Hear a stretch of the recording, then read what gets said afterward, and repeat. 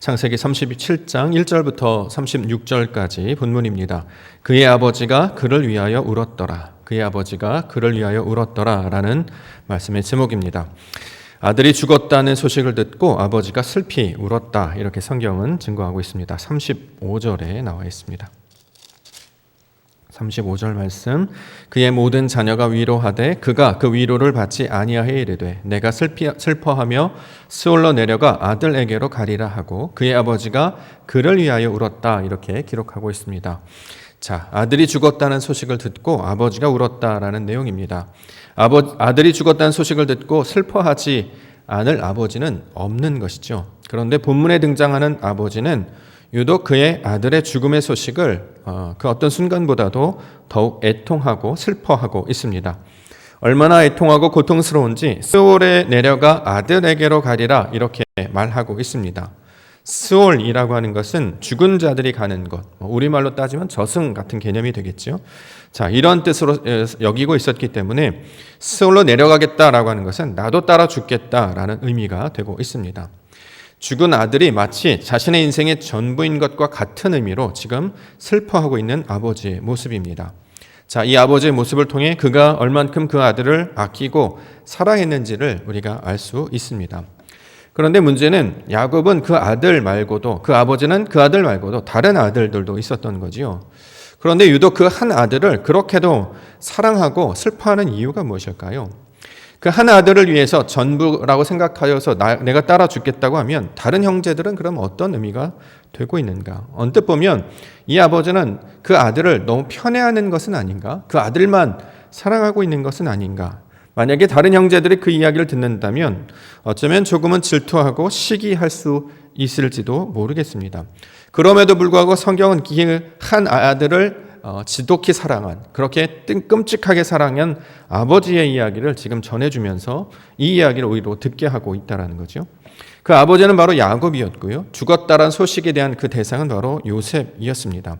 어떻게 보면 야곱 아버지는 그 요셉에 대한 사랑을 유별나게 오늘 소개하고 있는 것이죠. 그냥 평범하게 사랑한다 할 수 있겠고 또 그를 아낀다 정도 할 수 있겠는데, 본문에 등장하는 야곱이라고 하는 아버지는 그 아들을 유독 특별한 방법으로 사랑하고 있고 또 그의 죽음의 소식을 듣고 그렇게 애통하며 아파하고 있습니다. 이 이야기를 듣게 하시는 의미가 무엇인가, 우리가 오늘 그 내용들을 살펴보고자 합니다. 먼저 본문을 우리가 이해하면서 특징들을 먼저 잠시 생각하면서 나아가고자 하는데요.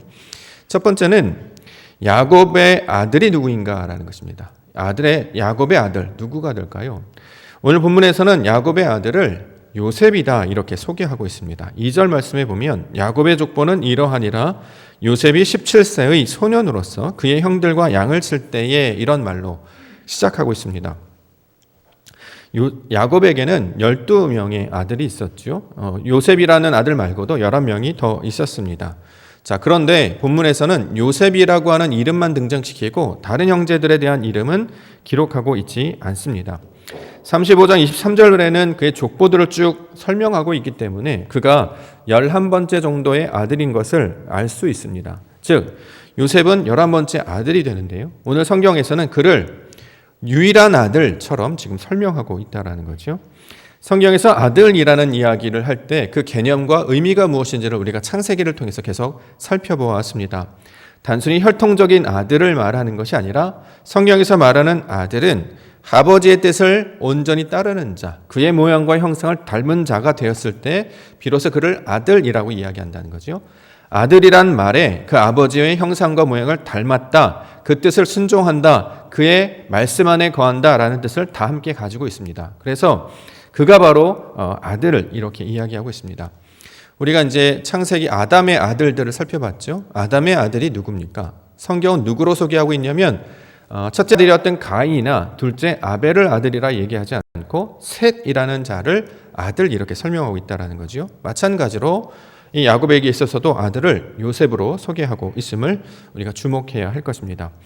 두 번째 우리가 살펴볼 수 있는 특징은 아버지가 그 아들을 사랑했던 방식입니다.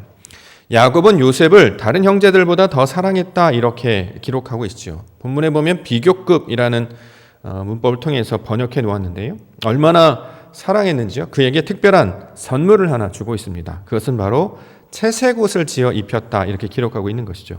3절에 나와 있는데요. 요셉은 노년에 얻은 아들이므로 이스라엘이 여러 아들들보다 그를 더 사랑하므로 그를 위하여 채색 옷을 지었다 이렇게 이야기합니다. 자, 채색 옷.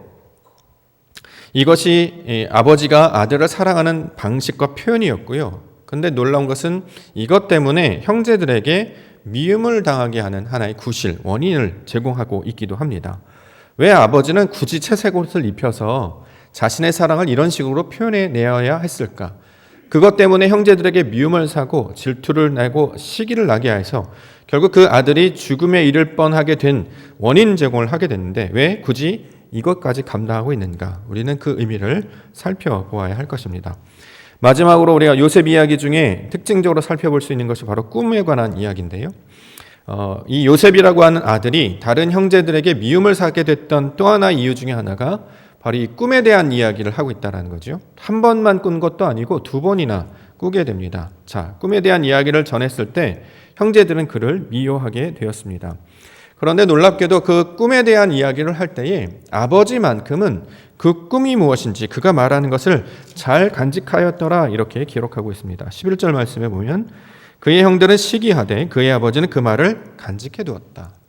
아버지는 그 아들, 그 요셉의 꿈꾸는 것을 그냥 흘려들은 것이 아니고 그것을 어떤 의미로 자기의 마음 가운데 두었다 이렇게 말씀하고 있는 것입니다.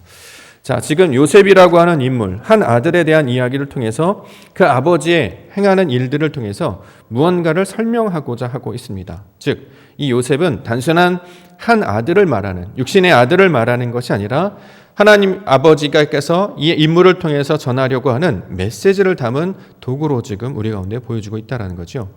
단순한 막내 아들에 관한 이야기가 아니라 이스라엘이 낳은 아들을 그의 아들로 소개하고 있습니다. 따라서 요셉은 결론적으로 얘기하면 장차 오실 바로 그 아들, 하나님께서 마침내 이루실 그 인자에 관한 모형으로 우리 가운데 보여주고 있는 것입니다. 단순히 야곱의 집안에 일어났던 이야기가 아니라 유대인들에 관한 미래의 이야기고 그 더 나아가서 그 이야기를 듣는 자들에게 모두가 다 해당되는 바로 그 아버지에 관한 이야기, 이것이 지금 요셉을 통해 펼치시는 성경의 내용이 되고 있습니다. 오늘 본문의 결론은 어떻게 하느냐? 그 아들을 위해 눈물을 흘리는 아버지가 있다라는 거죠. 그 마음을 우리가 다시 한번 깨닫고 회복하는 것이 이 말씀을 전하고 있는 목적이 되고 있을 것입니다. 우리가 예배합니다. 예배는 무엇이냐? 하나님께서 주시는 말씀을 듣는 것이죠. 하나님 아버지께서 전하여 주는 말씀을 나의 믿음의 눈과 귀로 듣는 것, 이것이 바로 아들된 자의 권위이자 특혜가 될 것인데 그 말씀을 듣는 이유는 그 아버지의 뜻과 마음이 무엇인지를 다시 생각하고 찾는 시간이 될 것입니다. 아들을 위해 눈물을 흘리기까지 그를 사랑하였던 그 아버지, 그것을 통해 하나님이 어떠한 분이신지를 가르쳐 주시기로 하는 그 뜻 안에 우리가 의미를 찾고 그 믿음 가운데 나아가는 은혜의 시간이 되기를 소망합니다. 자, 그러면 말씀을 한 구절씩 살펴보고자 합니다. 첫 번째는 야곱의 아들을 요셉으로 설명하고 있다는 장면입니다. 2절 말씀을 다시 한번 살펴보도록 하겠습니다. 2절 말씀 우리 함께 읽겠습니다. 시작.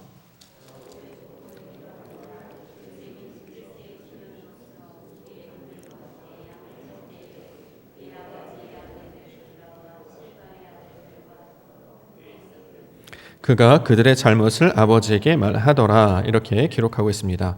자, 야곱의 족보는 이러하느라 요셉이 이렇게 시작하고 있다는 거죠. 원래 야곱은 12명의 아들들 있었습니다. 첫째 아들 기억나십니까? 첫째 아들 루벤, 시므온, 레위, 유다, 단, 납달리, 갓, 아셀, 이사갈, 스불론, 요셉, 베냐민 이렇게 12명이 있었죠. 그런데 요셉만 이야기를 하고 나머지는 이야기를 하고 있지 않습니다. 생략한 정도가 아니라 이 장만 우리가 딱 본다면 요셉은 여기는 아들이 한 명밖에 없나? 이렇게 지금 우리가 이야기한다는 거죠. 무엇을 말하고자 하는 것인가? 지금 성경에서 말하고자 하는 그 아들이라고 하는 개념이 무엇인지를 다시 한번 설명하고 있습니다. 우리가 아담 또 셋 통해서 살펴본 것처럼 성경에서 아들이라고 하는 단어, 그 벤이라고 하는 단어는 보이지 아니하는 하나님께서 보이는 것으로 우리 가운데 나타나는 개념으로 설명해 주셨습니다. 아버지의 모양과 형상을 닮은 것, 그의 말씀을 가진 것이 어떠한 모양으로 나타나는가? 그 아들의 모양으로 나타난다라는 거지요. 그러므로 단순히 혈통적으로 태어난 사람을 아들이라고 말하지 않고 그 아버지의 모양과 형상을 닮은 자, 그의 말씀을 가진 자, 그의 소망을 가진 자, 그의 말씀 안에 거하는 자를 가리켜서 아들 이렇게 이야기하고 있습니다. 그러면 야곱에게 있어서 그 아들과도 같은 역할을 하는 사람이 누구였느냐? 성경은 요셉이었다라고 지금 말씀하고 있는 것이죠. 실제로 역대기 상에서도 이스라엘 장자가 누구인지를 설명하고 있습니다. 역대상 5장 1절과 2절 말씀에 보면 이스라엘 장자가 누구인지를 설명하고 있는 본문입니다. 역대상 5장 1절과 2절 이스라엘의 장자 르우벤의 아들들은 이러하니라. 르우벤은 장자라도 그의 아버지의 침상을 더럽혔으므로 장자의 명분이 이스라엘의 아들 요셉의 자손에게로 돌아가서 족보에 장자의 명분대로 기록되지 못하였느니라. 유다는 형제보다 뛰어나고 주권자가 유다에게서 났으나 장자의 명분은 요셉에게 있느니라. 장자가 누구라고요? 첫째 아들은 누구라고요? 진짜 아들이 누구라고요? 요셉이다. 지금 그렇게 이야기하고 있는 것이죠. 역대기는 제사장적 관점에서 기록된 성경입니다. 유대 백성 중에 하나님의 나라의 그 계보를 잇는 자가 누구냐? 그 족보를 따라가는데요. 그 족보를 따라가는 그 아들들을 성경에서는 인자라고 표현하는데 그 인자가 된 사람이 바로 요셉이었다. 이렇게 이야기하고 있습니다. 창세기에서는 크게 8명의 인물들을 통해서 그 인자들을 설명하고 있죠. 우리가 전반기에 4명 살펴봤습니다. 아담 살펴봤죠. 그다음 또 누가 있을까요? 셋 살펴봤고, 그다음에 노아, 그다음에 셈 이렇게 4명 살펴봤고요. 12장 이후부터는 아브라함이 등장하고 이삭이 등장하고 그다음에 야곱이 등장하고 마지막에 요셉이죠. 총 8명, 18이란 옥토라는 숫자를 가지고 진리가 어떤 것인지를 설명하고 있습니다. 인자가 누구냐? 바로 아들이 누구냐? 사람의 아들의 모습으로 왔으나 그는 아버지의 형상을 닮은 자이고 그 아버지의 아버지를 거슬러 올라가면 그 꼭대기에 누가 계신다고요? 하나님이 계신다고요. 그래서 이게 누가복음에 설명하는 방식이죠. 그래서 이것을 가지고 하나님의 뜻이 무엇인지 그것들을 그대로 이 땅 가운데 구현해내는 자들을 가리켜서 아들 이렇게 이야기합니다. 그러면 모두가 다 아들이 되는 것이 아니라 그의 아버지가 전해준 말을 할 수 있는 사람이어야 됩니다. 모국어를 할 수 있는 사람이 아들이다라는 거죠. 세상에 많은 사람들이 있습니다. 다 하나님 백성이 아니고 다 아들이 아니라 아버지가 가르쳐준 그 말을 하는 사람이 아들이야 라고 이야기한다는 거죠. 그런데 그 아들들이 사람의 아들들이 되어서 나중에 그 말들을 다 잃어버리게 됐어요. 아버지의 말이 뭔지를 다 잊어버리게 됐습니다. 이것을 바벨탑 사건 우리 가운데 설명해 주고 있죠. 그래서 다 흩어버리셨습니다. 그냥 내버려 둔 것인가? 그 중에서 한 아들을 선택해서 아버지가 한 말을 전하여 주고 그들의 계보를 계속 이어가서 마침내 이루실 그 아들을 통해 그 잃어버렸던 아들을 돌아오게 하시려는 아버지의 구원 계획. 이것이 바로 하나님의 사역이 되고 있다는 거죠. 그래 택한 자가 누구냐? 요셉이다. 이렇게 이야기하고 있습니다. 자, 그러면 그 아들이 죽었다라는 소식을 들었을 때 왜 그토록 아버지 야곱이 그렇게 슬퍼하고 애통했는지를 알 수 있게 되는 거지요. 당신의 아들이 죽었습니다라는 이야기를 들었을 때 나도 스올에 내려가겠다, 나도 아들을 따라가겠다라고 이야기했던 것은 단순한 아들들 중에 한 명이 죽은 것이 아니라 그 하나님의 약속이 끊어졌다라는 의미가 되는 것입니다. 하나님께서 택한 자가 요셉이었어요. 그 아들이었습니다. 그러면 그 아들을 통해 그 아들이 아들을 낳고 그 아들이 아들을 낳아서 하나님께서 택하셨던 그 축복의 열매, 그 약속의 그 은혜가 계속 이어져야 되는 것인데 그것이 끊어지게 되니까 더 이상 소망이 없고 더 이상 미래가 없음을 안타까워하는 모습을 이 아버지의 모습으로 표현하고 있다는 거죠. 그래서 슬피 울고 있음을 성경에서 이야기하고 있습니다. 누가복음 15장에 보면 여러 가지 비유 사건들이 등장하는데요. 그중에 잃어버린 양 한 마리를 찾는 목자가 있었잖아요. 99마리는 내버려 두고 양 한 마리를 그렇게 찾으러 다닙니다. 그렇죠. 목숨 걸고 찾으러 다녀요. 마침내 그것을 찾고 나서 그것을 들쳐매고 와서 그렇게 기뻐한다는 거죠. 그 한 마리가 어떤 의미길래 그 한 마리 정도 없어도 괜찮지 않을까 생각하는데 그 한 마리가 어떤 의미길래 목자는 그토록 찾아 헤매고 그것을 찾았을 때 그렇게 기뻐하여서 잔치를 베풀 정도였는가. 그 한 마리가 없으면 완전해지지가 못한다는 거죠. 99으로는 100이 되지 못해요. 그런데 그 한 마리가 들어옴으로써 진정한 100이 되는 것이기 때문에 나중에 그 한 마리가 어떤 모양을 가지냐면 대표성을 가져서 이것을 잡아 이것을 제물로 바칠 때에 이것이 바로 하나님의 구원의 역사를 이루는 완전한 모습으로 설명하고 있습니다. 12명 있는 것이 문제가 아니라 그 중에서 그 한 명을 택함으로 말미암아 약속을 이어받을 것인데 그를 잃어버렸다라고 하는 것은 하나님이 주신 약속을 잃어버린 것이고 하나님이 주신 그 소망을 잃어버린 것이기 때문에 절망하고 슬퍼하며 울었다 이렇게 이야기하고 있습니다. 로마서 3장 10절부터 성경은 이렇게 기록합니다. 기록된 바 의인은 없나니 하나도 없으며 깨닫는 자도 없고 하나님을 찾는 자도 없고 다 치우쳐 함께 무익하게 되고 선을 행하는 자는 없나니 하나도 없도다. 그냥 있는 이야기, 없네 이런 뜻이 아니라 이것을 애통하는 심령으로 그렇게 이야기하고 있다는 거죠. 왜 애통할까요? 의인이 없다는 게 무슨 의미가 되는 건가요? 아들이 한 명이 없어요. 그 의인 한 명이 없답니다. 그럼 어떤 일이 벌어지죠? 소돔과 고모라의 땅의 역사가 나타난다는 거죠. 소돔과 고모라 땅에 그 의인 한 명이 없었기 때문에 그 땅이 저주를 받아 멸망하였다는 것처럼 의인이 없다라고 하는 것은 결국 우리는 모두가 다 죽게 될 것임을, 종국에는 망하게 될 것임을 말하고 있는 것이기 때문에 그것을 안타까워하는 모습으로 지금 설명하고 있는 것이 아버지의 이야기입니다. 우리 가운데 적용을 해보면 이게 이제 무슨 의미가 되냐면, 자, 아들의 의미가 있어요. 만약에 우리로 따지면 우리는 그럼 아들은 있는데, 우린 괜찮은데, 나는 딸만 있는데, 그럼 난 문제인가? 그런 의미가 아니죠. 하나님께서 우리에게 주시는 이 아들이 없다라고 하는 것은 하나님이 주신 그 말씀의 열매를 이루지 못한 상태를 말합니다. 우리가 추수를 해요. 그럼 뭔가 열매를 거둬서 가지고 와야 되잖아요. 그런데 열매가 없다 이런 뜻이에요. 아니, 우리가 소득도 있고 소출도 있는데 그게 아니라 하나님이 주신 말씀을 가지고, 하나님이 주신 그 달란트를 가지고 이것들 가지고 살았더니 어떤 일이 벌어지냐? 열매를 맺게 되더라는 것입니다.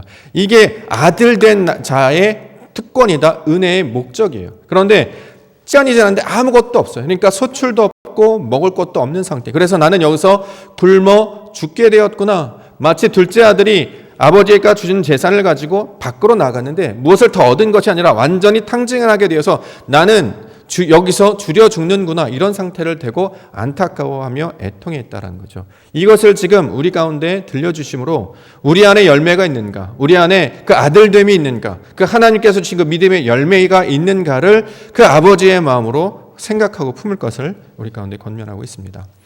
우리가 한 주를 살아갑니다. 매주마다 모여서 예배하죠. 우리가 다시 돌아와서 예배할 때 필요한 게 있습니다. 무엇이냐면 하나님이 주신 그 약속의 말씀으로 살아냈는가가 우리 가운데 있어야 된다는 거죠. 그게 우리 가운데 하나님께 드려야 될, 아버지께서 찾으실 진정한 재물과 우리가 드려야 될 목적이 되고 있기 때문입니다. 그러면 우리가 드려야 될 재물이 무엇가 될까요?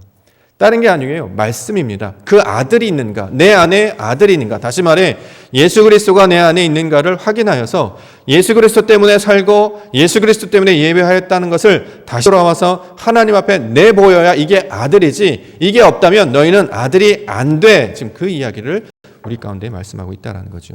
그러므로 우리 가운데 이런 우리 결과가 없다면, 말씀이 없다면 어떻게 해야 되냐? 슬피 울어야 된다는 거죠. 애통해야 된다는 거죠. 내게 열매가 없어요. 어떡합니까? 내가 결과가 없습니다. 우리가 말씀대로 살지 못했습니다. 어떡합니까? 우리들은 하나님의 아들로 살고 싶은데 그러지 못했어요. 이래야 애통해야 하고 슬퍼해서 도와달라는 이야기를 한다는 거죠. 그런데 사람들은 이것을 깨닫지 못하고 살아요. 무엇을 거두어야 될지, 어떤 열매를 맺어야 할지 모르고 그냥 세상 사람과 똑같이 살아갑니다. 그냥 시간 다 지나서 다시 돌아와서 예배하면 이것으로 됐다라고 생각하는 거죠. 내 안에 열매가 없다면 하나님 분명히 그것을 찾으신다 얘기했습니다. 내 말씀을 찾으신다 얘기했고요. 내 안에 하나님께 드리는 그것이 없다면 하나님께서 그걸 받지 않으신다라는 거죠. 가장 먼저 이것을 설명하면서 이것이 얼마나 비참한 일인지, 비통한 일인지, 안타까운 일인지를 가장 먼저 설명하고 있습니다.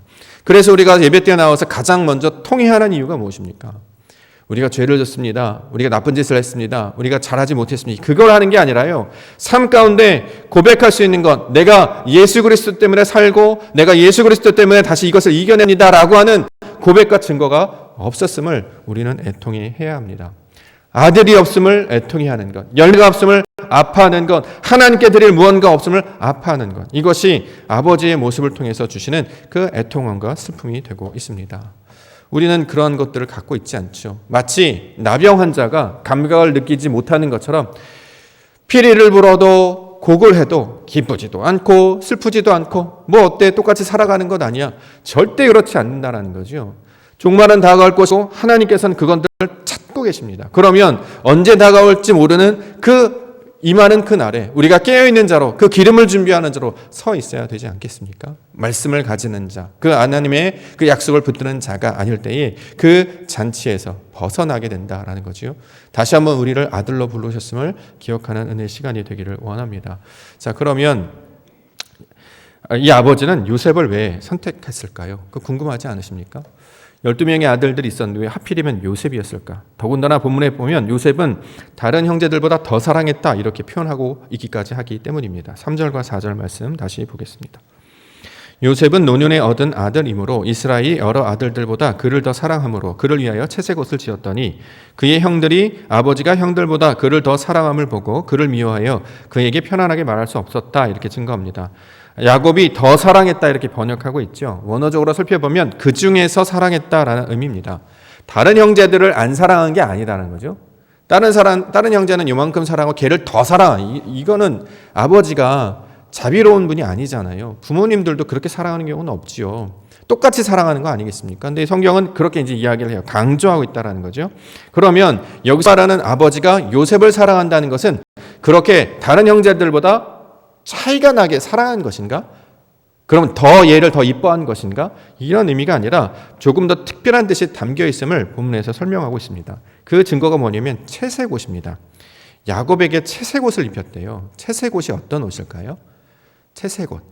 이제 우리가 이제 채색 옷 이렇게 들으면 마치 색동저고리 이런 생각이 나거든요. 우리가 이제 어렸을 때 그 설날 때거나 이런 데 이제 빔 입잖아요. 설빔. 그러면 색동저고리 읽어요. 울긋불긋한. 우린 보통 한 옷만 입는데 이 색깔이 들어간 옷을 입으면 더 예쁜 옷이다 이렇게 생각한다는 거죠. 남들과 구별되기 위해서 그러면 그렇게 예쁘고 화려한 옷, 그런 채색 옷을 지어 입혔는가?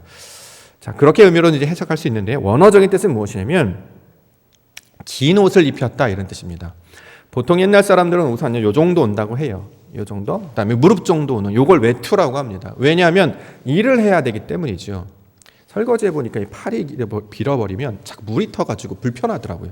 그래서 칠부가 있는 이유가 여기가 설거지 이렇게 고무장갑 끼면 딱 여기까지 오더라고요. 그래서 칠부를 입는 이유가 그것 때문인가 싶을 정도예요. 자, 옷은 대부분 기능적으로 만들었습니다. 옛날 사람들은 칠부를 만들고 무릎까지 와요. 왜냐하면 농사를 지어야 됐기 때문이죠. 근데 야곱이 입었던 채색 옷은 어떤 뜻이냐면 여기까지 내려오는 거예요. 소매 끝까지. 그다음에 발목 끝까지 긴 옷이라는 뜻을 가지고 있습니다. 자, 일반 사람들이 입는 것과는 구별된 옷으로 조금 특별한 모습으로 입혔어요. 이게 무슨 뜻이냐면 일반 사람과 구별된 모양으로 지금 아버지가 옷을 입혔다라는 거죠.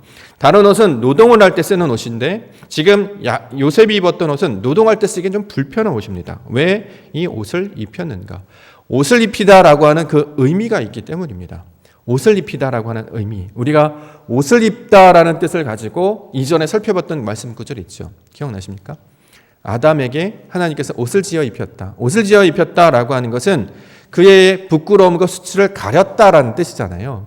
원래 자기가 벌거벗은 것을 보고도 수치스러워하거나 부끄러워하지 않았습니다. 그런데 타락하고 나서 죄를 깨닫고 나니까 그가 한 일은 무화과 나무의 열매 그걸로 띠를 띄어서 입었죠. 이렇게 가리고 마치 괜찮아 이렇게 했다는 거죠. 그리고 숨었습니다. 그랬더니 하나님 찾아오셔서 그에게 옷을 지어 입히셨어요. 수치를 가리시고 부끄러움을 가리시고 사랑의 증거로 이걸 옷을 지어 입혔다라는 거죠. 마찬가지로 지금 이 야곱이 특별한 옷을 지어 입혔다라는 것은 그의 수치를 가리고 그의 부끄러움을 가리는 모습, 그렇게 구별된 모습으로 너를 이렇게 입혔다라는 뜻으로 우리가 받을 수 있습니다. 또 하나, 왜냐하면 그 증거가 이 9절 가운데 나타나는데요. 3절 초반에 보면 요셉은 노년에 얻은 아들이다 이렇게 얘기합니다. 노년에 얻은 아들은 무슨 뜻일까요? 늦둥이라는 뜻일까요? 이건 우리 개념으로 늦둥이고 성경에서 노년, 늙었다, 나이가 들었다는 나이가 많다 이런 뜻이 아니고 무슨 뜻이라고 했죠? 진리를 깨달았다는 뜻입니다. 그래서 흰머리가 나는 이유가 바로 그것이라고 했죠. 그래서 성경에서는 나이가 많았다, 노인이 되었다, 늙었다라고 하는 것은 우리가 말하는 숫자적으로 노쇠됐다 이게 아니라 하나님의 뜻이 무엇인지를 아는 자가 되었다.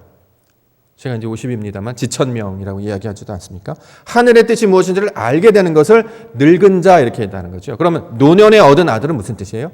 하나님의 뜻이 무엇인지를 알고 나서 얻은 아들이라는 뜻이에요. 그래서 특별하다라는 거죠. 왜 또 하나가 여기에 등장하는 게 이스라엘이라는 이름이 또 있어요. 이스라엘이 여러 아들들보다 그를 더 사랑했다. 원래 지금까지 야곱은 야곱으로 주로 불렸죠. 이스라엘이라는 이름은 잘 불리지 않았습니다. 그런데 이 요셉을 설명할 때 이스라엘의 아들들보다 이스라엘을 더 사랑했다라고 하면서 그가 변화된 모습, 하나님께서 진리를 가르쳐서 변화된 모습이 되었던 것을 이스라엘의 아들들로 설명하고 있다는 것입니다. 자, 진리를 깨닫고 하나님의 뜻을 깨닫는 자, 그래서 비로소 얻은 아들이 누구냐? 요셉이었다라는 거죠. 그러면 그가 깨달은 진리, 그가 깨달은 하나님의 뜻은 무엇일까요? 원래 요셉의 엄마가 있죠. 요셉의 엄마가 이름이 뭘까요? 라헬이었습니다. 그렇죠? 원래 야곱이 라헬을 사랑했죠. 예뻐서 사랑했습니다. 그런데 라헬은 어떤 사람이었냐면 아이를 낳지 못하는 사람입니다. 야곱이 밧다라람 그 라반 삼촌집에서 일할 때 먼저 레아와 결혼을 했습니다. 나중에 이제 라헬도 얻게 되죠. 그런데 레아는 아들을 잘 낳습니다. 그래서 나중에 보니까 6명이나 낳죠. 딸까지도 낳아요. 그런데 빌하, 실바, 여종들도 아들을 안 낳습니다. 그런데 그럼에도 불구하고 라헬은 아들을 낳지 못하고 있어요. 원래 아들을 낳지 못한다라고 하는 것은 단순히 자손을 내다 이런 뜻이 아니라 하나님의 약속을 유업으로 받지 못한다. 이스라엘 백성들의 가운데 끊어진다라는 뜻을 가지고 있거든요. 그렇기 때문에 아들을 낳기 위해서 그렇게 애를 썼습니다. 그러면 라헬은 어떻게 했는가? 아들을 낳기 위해서 어떤 방법을 사용했냐면 하나님을 의지한 게 아니고 자신이 원래 가지고 있던 지식과 경험을 의지했던 여인이었습니다. 야곱은 바로 그를 사랑했던 거지요. 그래서 라헬이 나중에 이 아들을 얻으려고 어떤 방법을 동원하냐면 합한채라는 것을 레아로부터 얻고자 합니다.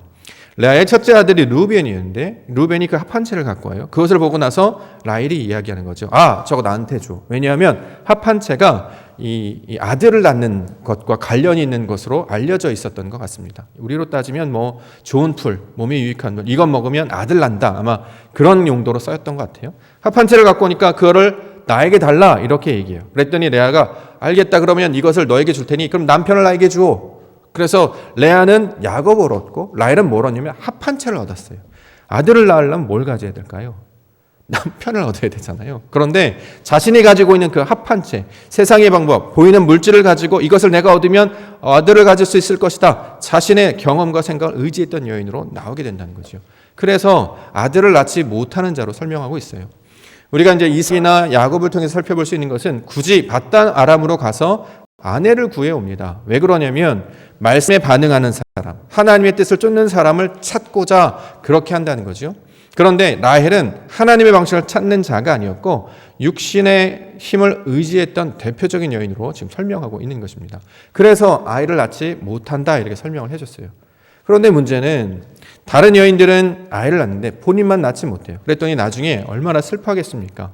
언니를 시기하기도 하고 슬퍼하기도 합니다. 그런데 나중에 하나님께서 그 여인을 위해서 어떤 일을 벌이시냐면 은혜를 베풀어 주셨다. 이렇게 성경은 기록하고 있습니다. 창세기 30장 22절부터 하나님이 라헬을 생각하신지라 하나님이 그의 소원을 들으시고 그의 태를 여셨으므로 그가 임신하여 아들을 낳고 이르되 하나님이여 내 부끄러움을 씻으셨다 하고 그의 이름을 요셉이라 하니 여호와는 다시 다른 아들을 내게 더하시기를 원하노라 하였더라. 이렇게 얘기합니다. 자, 아들을 낳지 못했던 라헬이 아들을 낳았어요. 누구 때문에요? 하나님께서 그를 생각하셨다 이렇게 얘기합니다. 여기서 말하는 생각하다는 것은 기억하다라는 자카르라는 동사를 사용하고 있습니다. 자, 라헬은 하나님을 기억하지 못했어요. 그런데 하나님께서 은혜와 긍휼을 베풀어서 그 여인을 기억해 주셨다는 거죠. 그 결과로 나타난 게 뭐냐? 요셉이라는 아들이었고 그 요셉이라는 아들이 가져던 뜻은 부끄러움을 씻으셨다. 내가 가진 수치와 부끄러움을 씻으셨다는 의미가 바로 이 아들이 되고 있습니다. 따라서 이 라헬이라고 하는 인물은 아들을 낳을 수 없는 자가 하나님의 은혜와 긍휼로 말미암아 아들을 낳게 된 모양을 설명하고 있습니다. 그래서 이 요셉을 얻게 되었다라는 거죠. 요셉은 단순한 아들이 아니라 하나님이 은혜를 베풀어 주신 상징과 모양이 되었습니다. 그러므로 이제 라헬은 하나님을 섬기는 자가 되기를 하나님께서는 말씀해 주셨던 거죠. 그러면 라헬은 요셉을 낳고 나서 하나님을 온전히 따랐을까요? 사라가 된 다음에 하나님을 온전히 따랐을까요? 성경은 그렇게 얘기하지 않죠. 인간은 변하지 않습니다. 라헬도 마찬가지였죠. 요셉을 낳게 해주셨는데 증거를 보여주셨는데 그녀는 뭘 하냐면 삼촌 라반의 집, 아버지 집에서 도망쳐 나올 때 드라빔이라고 하는 우상을 숨겨가지고 나옵니다. 왜 그렇죠? 그게 그렇게 부적처럼 여겼다는 거죠. 자신을 아들 낳게 해주신 하나님을 의지 않고 예전에 합한 채를 의지했던 것처럼 드라빔을 숨겨가지고 이거 가지고 내가 상속을 받을 거야. 이거 가지고 내가 잘 될 거야. 여전히 세상의 방법으로 유지하고 있었던 사람이 되고 있습니다. 그래서 나중에 어떤 일이 벌어지냐면 온 가족들 중에서 가장 먼저 죽음을 맞이하는 사람이 라헬입니다. 그런데 그 드라빔을 가지고 나왔기 때문에 더 그는 하나님으로부터 저주를 받기에 마땅했습니다. 이전에 자신을 의지하다가 하나님이 은혜를 주셔서 바꾸셨으면 이제 하나님을 따르는 자가 되어야 될 텐데 여전히 육신의 사람을 살고 있었고 여전히 이방신을 섬기는 우상들을 섬기는 자로 남아져 있었어요. 그런데 또 아들을 주시죠. 원래 아들 못 낳는다고 생각했는데 아들을 주셨어요. 그 아들이 뭐예요? 벤 야민, 아들을 또 주셨어요. 이게 바로 진짜 결과가 되는 거죠. 자, 이것을 깨닫게 해주시는 것이 바로 하나님의 뜻이었습니다. 그러므로 요셉이라고 하는 것은 그런 걸 깨닫았다는 거죠. 아, 우리 하나님은 하나님 온전히 따르지 못한 자를 불쌍히 여기시고 긍휼히 여기셔서 은혜를 베푸시는 분이시구나. 이걸 깨달았다는 거예요. 자기가 그렇게 살았잖아요, 야곱이. 내 수고와 노력으로 살았는데 하나님께서 길을 열어주셔서 베델이라 불러주시고 그렇게 나를 지켜주시더라. 이걸 깨달은 자가 되었을 때 얻은 아들이 요셉이었다는 거죠. 그래서 이 요셉은 단순한 혈통적인 후손을 가리키는 것이 아니라 하나님의 약속의 증거가 된다는 것을 이 야곱은 알고 있었습니다. 그래서 그를 구별된 자로 세운 것이죠. 다른 것이 아니에요. 구별된 자로. 이전에 아들을 낳지 못하는 자의 어머니였다가 그의 아들이 되었으니까 그를 택하여 사랑한 것이에요. 아버지가 그를 사랑했다고 해서 그 아버지의 사랑을 비난할 수 있겠습니까? 왜 저를 더 사랑하냐고요? 왜? 그는 더 불쌍한 자이니까, 더 연약한 자이니까, 더 어려운 자이니까 그래서 사랑을 더하는 것이다. 지금 성경은 이야기하고 있다는 거죠. 아버지가 그렇게 사랑했는데 형제들은 그것을 미워했습니다. 그렇죠? 마치 누가복음 15장에 나오는 둘째 아들이 돌아왔을 때 나타난 형의 반응과 똑같았습니다. 둘째 아들이 집으로 다시 돌아왔을 때 아버지는 제일 좋은 옷을 지어다가 입혔습니다. 손에 가락지를 끼고 발에 신을 신기고 잔치를 베풀었던 거지요. 그런데 집에 남아있던 그 형은 어떻게 했느냐? 노하여 들어가고자 하지 아니하였다. 이렇게 이야기합니다. 즉 요셉의 이야기는 단순히 그 집안의 이야기가 아니라 앞으로 유대인들 가운데 펼쳐지는 그 이야기를 모형적으로 보여주는 이야기가 되고 있다는 거죠. 그래서 그 요셉의 이야기를 통해서 아버지의 뜻이 무엇인가를 우리 가운데 가르쳐주고 있는 내용이 되고 있습니다. 아버지는 그 연약함 가운데, 그 불가능 가운데 은혜를 베푸시는 분이 하나님이심을 아는 자로 그 요셉을 주셨음을 알았기 때문에 그 요셉에게 그 의미로 옷을 지어 입혔다는 것을 가르쳐 주신 것이죠. 그래서 이것을 그의 증거로 삼게 해 주셨습니다. 우리에게 적용을 해보면 우리도 똑같은 자들 아니겠습니까? 우리를 선택하신 이유가 뭘까요? 우리가 믿음이 좋은 것도 아니고요. 여전히 방법들을 사용하고 나아갑니다. 하나님께서 은혜를 주셨어. 야, 이거 하나님 주셨구나. 이거 하나님 준 거야. 그런데 또 다른 상황이 벌어지면 또 옛날 방식이 또 나오죠. 자신의 뜻과 세상의 방법, 마치 그렇게 우상을 섬기는 것처럼 하나님의 뜻을 따르고 말씀을 따르지 않고 자기 방법대로 사용한다는 거죠. 그럼에도 불구하고 하나님은 끝까지 긍휼히 여기셔서 불쌍히 여기셔서 옷을 지어 입히시는 분, 이렇게 성경은 이야기하고 있습니다. 그러므로 채색옷이라고 하는 것은 편애의 증거가 아니라 긍휼과 사랑의 증거가 되고 있습니다. 세상의 방법으로 살아가려고 하는 그 육신적인 백성을 불쌍히 여기셔서 더 하나님의 은혜를 베풀어 주신, 죄가 더한 것에 은혜를 더해 주시는 그 하나님의 은혜를 상징하는 옷으로 우리 가운데 설명하고 있다라는 것이죠. 자, 우리 마지막으로 주는 건 꿈에 관한 이야기하고 있는데요. 그러면 꿈을 이야기하는 이유가 뭘까요? 5절 말씀 보겠습니다. 요셉이 꿈을 꾸고 자기 형들에게 말하며 그들이 그를 더 미워하였더라. 9절 요셉이 다시 꿈을 꾸고 그의 형들에게 말하여 이르되 내가 또 꿈을 꾼즉 해와 달과 11별이 내게 절하도이다 하니라. 자, 꿈 이야기를 했어요. 그러면 어떤 반응을 보여야 될까요? 꿈 이야기를 가만히 들어보니까 꿈에서 요셉은 되게 잘 나간다는 거죠. 그런데 다른 형제들은 망한대요. 자, 그걸 그대로 들었다는 거죠. 그래도 형들이 화를 내죠. 꿈 이야기인데 거기에 막 예민하게 반응해요. 여기서 우리가 반응해야 될 것이 뭐냐? 꿈 내용이 뭔지는 우리가 어떻게 될지 모릅니다. 다만 우리가 생각할 수 있는 것은 그 꿈을 통해서 뭔가를 지금 말하려고 하는 것을 깨달을 수 있어야 된다는 거죠. 그것이 무엇인지를 깨달은 자가 누구였냐면 야곱이었습니다. 왜요? 야곱이 옛날에 이런 경험이 있었잖아요. 밧다남으로 갈 때 루스라는 곳에서 자고 있었습니다. 근데 꿈에 나타났죠. 꿈에 나타나서 말씀하는 소리를 들었습니다. 그 소리가 무엇이냐? 바로 하나님이 나타나신 소리가 되었다라는 거죠. 창세기 28장 12절에 꿈에 본즉 사닥다리가 땅 위에 서 있는데 그 꼭대기가 하늘에 닿았고 또 본즉 하나님의 사자들이 그 위에서 오르락 내리락 하더라. 꿈이라는 것은 하나님께서 말씀하시는 하나의 도구구나. 저 꿈은 내용이 구체적으로 뭐가 어떻게 될지 그걸 따지는 것이 아니라 그 꿈을 통해서 하나님의 역사를 지금 말씀하시는구나. 자, 이 이야기를 지금 증거하고 있습니다. 그랬더니 아버지 야곱이 그것을 마음 가운데 간직해 두었다라고 11절에 이야기하고 있습니다. 자, 보여지는 것은 꿈 때문에 형제들이 요셉을 미워한 것으로 등장해요. 그런데 조금 더 깊게 생각해 보면 꿈에서 말한 앞으로 벌어지지 않는 일 때문에 형들이 요셉을 미워한 게 아니었죠. 나중에 이런 거죠. 나중에 이제 커서 나는 대통령이 될 거야. 난 총리가 될 거야. 형들은 나한테 절할 거야. 우리가 어렸을 때 나는 되게 유명해질 거야. 우리 가족들은 나한테 나의 도움을 받고 살 거야. 미래에 될 이야기죠. 형들이 그 얘기를 듣고 콧방귀 끼지 않겠습니까? 정말 그렇게 된다고 믿었을까요? 어린애가 참 꿈도 야무지네. 그런 생각을 하네. 근데 놀랍게도 그 꿈 이야기를 듣고 형제들이 그를 미워하고 질투해요. 꿈 때문이었을까요? 아니요. 조금 더 살펴보면 꿈이 아니라 그가 말하는 그 태도 때문에 그렇습니다. 왜냐하면 2절 하반절에 보면 이런 이야기를 해요. 그가 그들의 잘못을 아버지에게 말하더라. 형들이 요셉을 미워했던 이유는 꿈 얘기가 본질이 아니고요. 형들이 저질렀던 잘못을 아버지에게 가서 말하는 자였기 때문이에요. 형제들 실제로 잘못을 많이 했죠. 그렇죠? 자신들의 아버지의 뜻을 따라서 일하는 것이 아니라 자신의 방식대로 큰아들 잘못했지요. 유다 잘못한 이야기들 성경에서 기록하고 있습니다.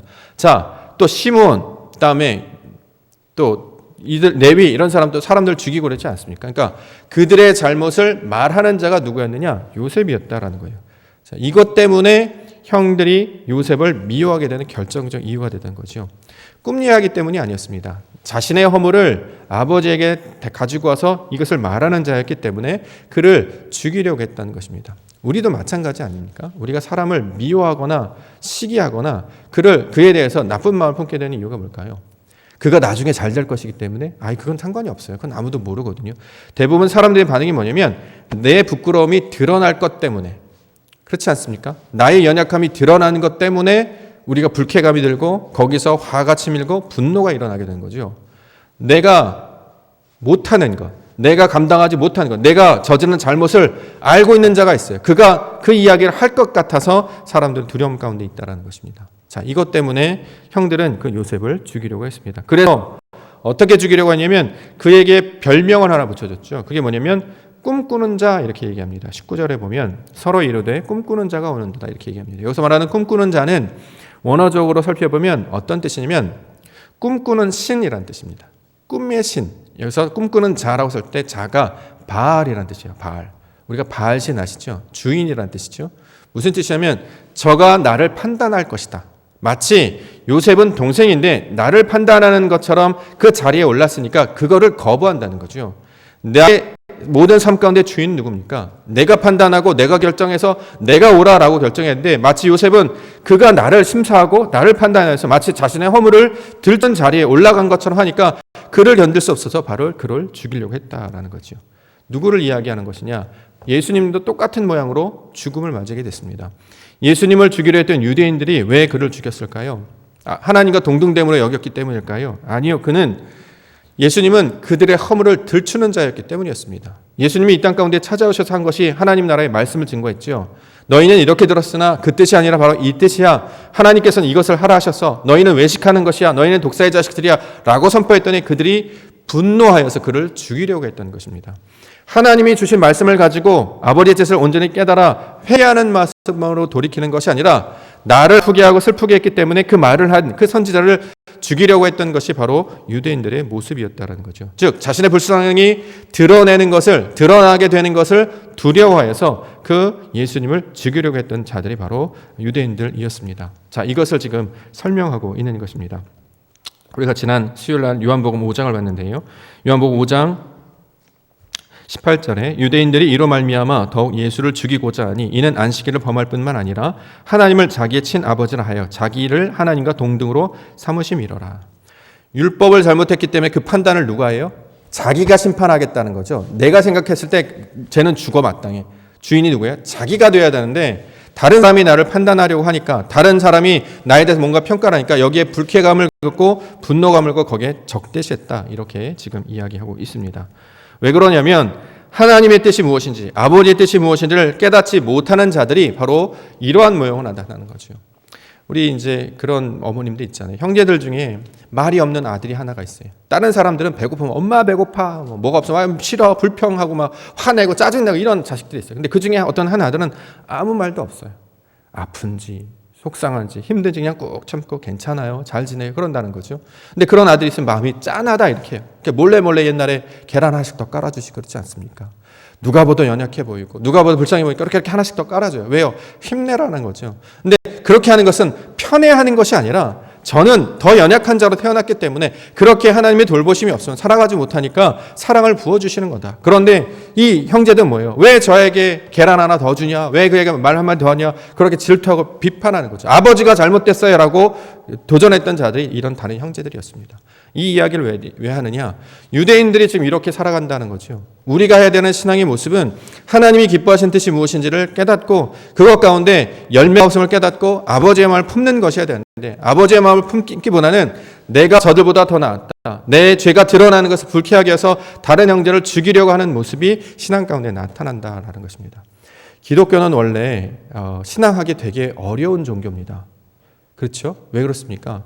자꾸 죄가 드러나거든요. 어떤 죄입니까? 하나님을 안다라고 생각했어요. 그런데 신앙하면 할수록 깨닫는 게 뭐죠? 하나님을 더 모르겠어요. 나는 옳다고 생각했는데 지나보니까 옳은 게 아니었음이 드러나지 않습니까? 우리가 삶 가운데 어떤 걸 판단했어요. 이걸 결정했는데 이게 옳다라고 생각했거든요. 지나보니까 옳은 것만 있는 게 아니라 반대적인 것도 있더라는 것입니다. 내가 좋은 뜻으로 이렇게 했는데 어떤 사람들은 그걸 좋게 받아들이지 않아요. 어떤 사람은 이걸 나쁘게 했는데 그것을 다르게 적용하는 경우도 있다라는 거죠. 살아보니까 나의 생각과 판단과 결정은 온전하지 않구나. 좋은 것도 있으면 그렇지 않은 것도 있구나. 이것을 좋게 하면 우리 능력으로 되는 게 아니라 하나님이 그걸 그렇게 만들어 주셔야 되는구나 라는 것을 깨달아 알게 하셔야 된다는 거죠. 그래서 모두가 다 죄인인 것을 깨닫고 그 아버지 앞에서 함께 머리를 숙이고 그 아버지의 뜻을 순종하는 자로 살아갈 것을 우리에게 요청하고 있다라는 것입니다. 근데 그 요청하는 순종의 모습을 누가 보여주느냐? 요셉이 바로 그 이야기를 감당하고 있습니다. 나중에 예수 그리스도께서 그 아버지의 말씀을 그대로 받들어서 섬기는 자로 우리 가운데 보여주셨다는 거죠. 그래서 아버지의 뜻을 깨닫고 그 아버지의 마음을 아는 것을 가리켜서 우리는 회개라고 이야기하거든요. 그 마음을 돌이키라. 아버지께서 우리에게 요구하시는 뜻이 무엇인지를 돌이키라라는 것을 날마다 말씀하고 있습니다. 그럼 우리가 삶을 살아갈 때에 우리에게 나타나는 부분 중에 불편함이 생길 때가 있어요. 그건 무엇이냐? 우리를 미워하는 것이 아니다라는 거잖아요. 우리의 현실을 보게 하시고 우리의 어떤 모습을 알게 하셔서 돌이키게 하시는, 우리를 선으로 바꾸시고 우리를 온전케 하시려는 하나님의 뜻이 있음을 우리는 반드시 기억해야 한다라는 거죠. 자, 이것이 바로 요셉을 통해서 보여주고 있는 아버지의 마음이 되고 있습니다. 우리 가운데 한번 돌아볼까요? 열매가 있으십니까? 믿음의 어떤 결과물들이 있으십니까? 말씀으로 살아가는 어떤 증거들이 있습니까? 혹여 어떤 사람이 그것은 말씀대로 사는 것이 아니지 않습니까? 세상의 방법이지 않습니까? 라고 할 때 그것에 대해서 그렇군요, 나는 돌이키겠습니다 라고 우리 마음 가운데 그런 것들이 찾아옵니까? 저만 같아도요, 누군가 조금만 불편한 이야기를 하면 그것 때문에 되게 힘들어요. 어떤 분이 이런 얘기를 하면 이게 3박 4일은 기본 가는 것 같아요. 혈액형 때문이야. 아니야, 내가 어렸을 때 그렇게 자라서 그래. 소심한 성격 때문에 했는데 이게 인간의 본성이더라고요. 칭찬만 듣고 싶어하지 뭔가 불편한 얘기를 들으면 나를 미워해. 아이고 내가 잘 능력도 없는데 왜 여길 세우셔서 이런 소리를 듣게 하시는가. 난 그런 뜻으로 얘기를 하는 게 아니었는데 막 변명하고 넋두리하고 막 낙심하고 막 이렇게 한다는 거죠. 근데 그건 그런 뜻으로 우리 하나님께서 보여주신 것이 아니라 아버지께서 사랑하시는 자를 어떻게 구원하고 이끌어 가시는가를 보여주신다는 거죠. 그것을 깨달으니까 요셉은 어떻게 해요? 애굽의 보디발의 집에 가서도 형통하는 자가 되더라고요. 감옥에 가서도 형통하는 자가 되더라고요. 상황과 환경이 문제가 아니었어요. 아버지께서 함께 하시느냐, 하나님께서 함께 하시느냐, 그걸 깨닫는 자가 삶의 힘이 되는 것이지 환경이 우리를 흔들 수 있는 것이 아니었다라는 것을 보여주고 있는 것입니다. 그 아버지의 마음을 깨닫고 받고 그 하나님의 아버지의 마음을 알라라고 주신 것이 바로 요셉의 이야기로 보여주고 있다라는 것입니다. 우리가 다시 이제 3월에 예배를 시작하고 갑니다. 우리가 신앙의 이제 열매들을 얻기 위해서 우리 말씀을 뿌리고 또 그것들을 우리가 받고 우리가 준비해야 되는 계절이죠. 다시 한번 우리 삶 가운데 열매들을 우리가 준비하는 시간들을 갖고자 합니다. 보통 농번기 때는 땅을 갈고 밭을 갈아서 씨 뿌리는 준비를 한다고 해요. 우리도 바로 그러한 준비를 해야 할 것입니다. 우리가 다른 어떤 때보다 더욱 신앙 안에 붙들리기를 원하시는 하나님의 뜻이 최근에 벌어진 사건과 이야기를 통해서 보여주고 있습니다. 진짜 예배자가 되라는 거 아니겠습니까? 진짜 하나님께 경배하는 자가 되라고 하는 것 아니겠습니까? 우리 맡겨주실 시간과 생명과 호흡은 우리의 세상의 욕망을 따라서 살라고 준 것이 아니었다는 거지요.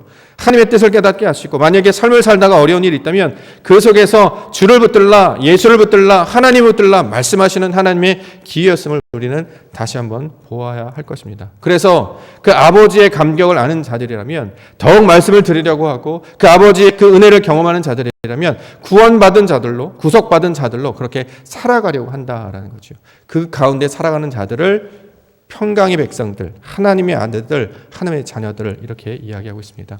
세상의 걱정들 다 뒤로 하고요. 다시 하나님 앞에 예배 가운데 나아가는 우리 믿음의 백성들 되기를 원합니다. 마침내 이루실 하나님의 영광, 그것들을 소망하며 붙들기를 원합니다. 신의 목적은 다른 것이 아니라 하나님의 뜻, 그 아버지의 뜻을 깨달아 아는 것에 있습니다. 한 사람을 통해서 우리 가운데 보여주시고 우리를 육신 가운데 있는 자에서 하나님만을 온전히 의지하는 자로 세워주실 줄 믿습니다. 그 구원의 감격과 인도하심에 순종하며 나아가시는 우리 믿음의 자녀들 되시기를 주님의 이름으로 간절히 축원합니다. 기도하겠습니다. 거룩하신 하나님, 우리를 깨워 주시옵소서. 우리를 다시 일으켜 세워 주시옵소서. 여전히 세상의 범법과 육신의 소욕에 의지하여서 살아가는 우리의 욕망들을 주의 말씀으로 깨뜨려 주시고 다시 하나님 앞에 서게 하여 주시옵소서. 내 스스로 내 의지로 살아가야겠다는 것 주님께서 아시기에 우리에게 다시 말씀을 보여주셨습니다.